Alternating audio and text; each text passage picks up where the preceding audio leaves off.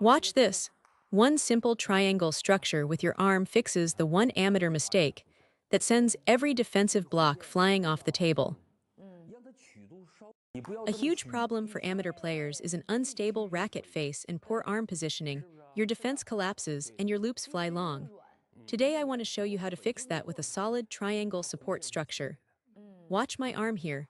The racket stays level out in front, angled slightly downward.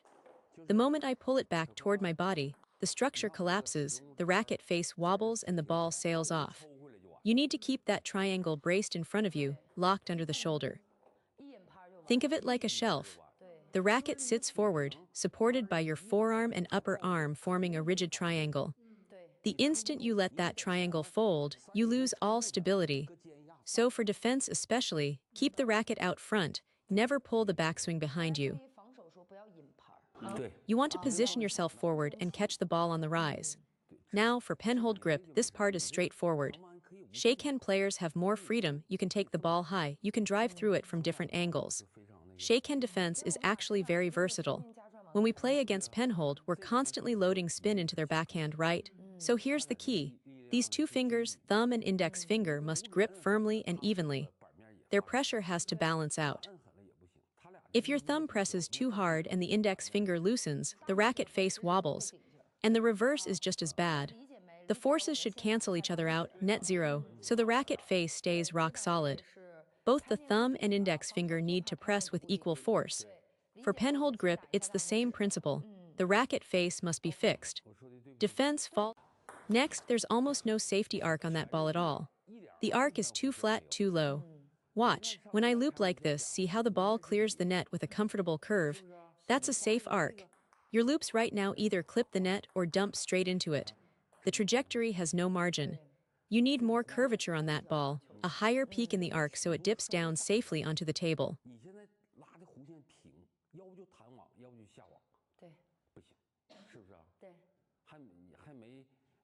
When we normally hit a spin loop, we swing like this, right?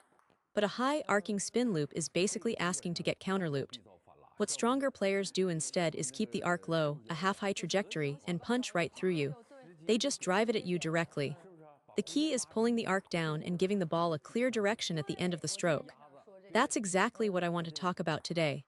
When you defend against this kind of ball, if you're not careful, it's incredibly punishing.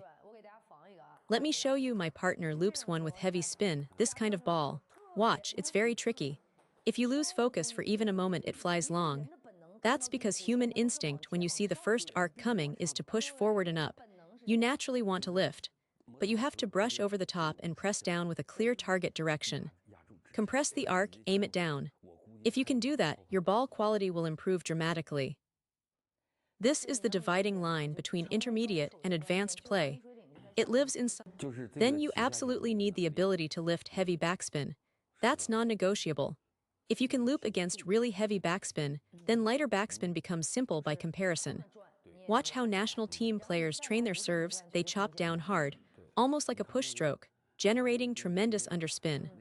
The ball that comes off that serve is far heavier than most amateurs imagine. Now watch. My partner feeds me one of those heavy backspin balls. This is what looping against a truly loaded chop looks like. You have to grip the handle firmly, squeeze the blade, and commit to maximum friction. Really dig into the ball, brush hard upward. Once you can handle that level of spin, everything lighter feels effortless. Then when you face a more moderate backspin ball, you simply adjust.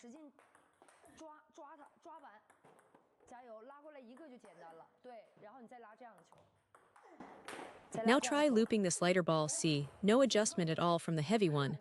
The ball drops straight into the net. That's exactly the problem. When you looped the heavy backspin, your arc was barely clearing the net. The trajectory was stretched thin with almost no safety margin. Drop the spin level even slightly and you're in the net. You have to adjust. Against lighter backspin, push forward more, drive through the ball.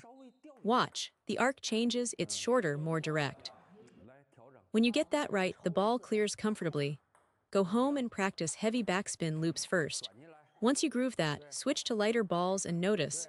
Heavy backspin, the ball jumps up nicely off your racket. Light backspin, it drops into the net if you don't adapt. Good lift, good lift. Every single ball requires a micro adjustment.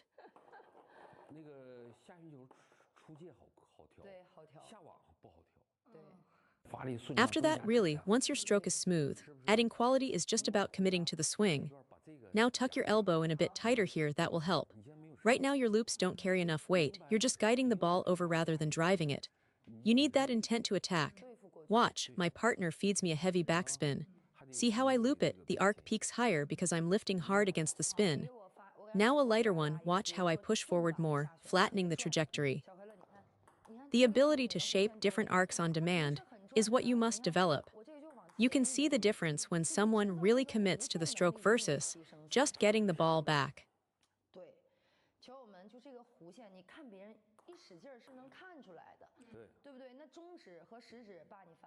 Immediately the ball kicks up a bit more, clear the net first, then worry about depth. See, when my partner pushes a soft, dead ball, I just drive forward. But if I push forward too much on a ball that isn't very spinny, it sails long. So what do? Watch, I feel that the ball is light, so I stop the stroke earlier, I break sooner, and the arc stays short. It doesn't overshoot.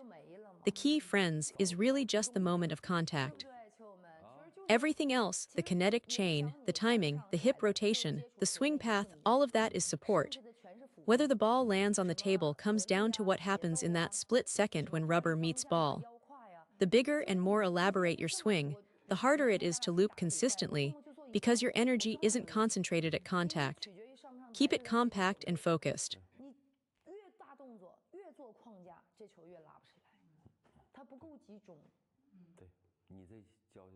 Moving on, you need speed on that first ball, and it still must have arc. Looking at your stroke from back here, the trajectory is way too flat. That's dangerous. Here's why. When you loop against backspin under pressure, you default to a straight line motion, just pushing forward. Watch my racket head closely. See how it traces a small circle?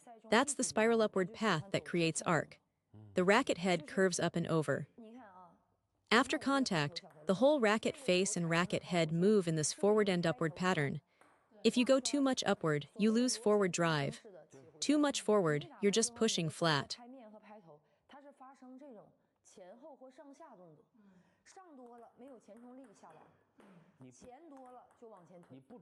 If there's no spin, how can the ball travel in an arc? That's exactly right, and it's the thing most people forget. Watch this motion. All the changes in the racket head, tilting up, angling down, are driven by the forearm. The racket head doesn't move on its own, the arm carries it through. You saw my matches today.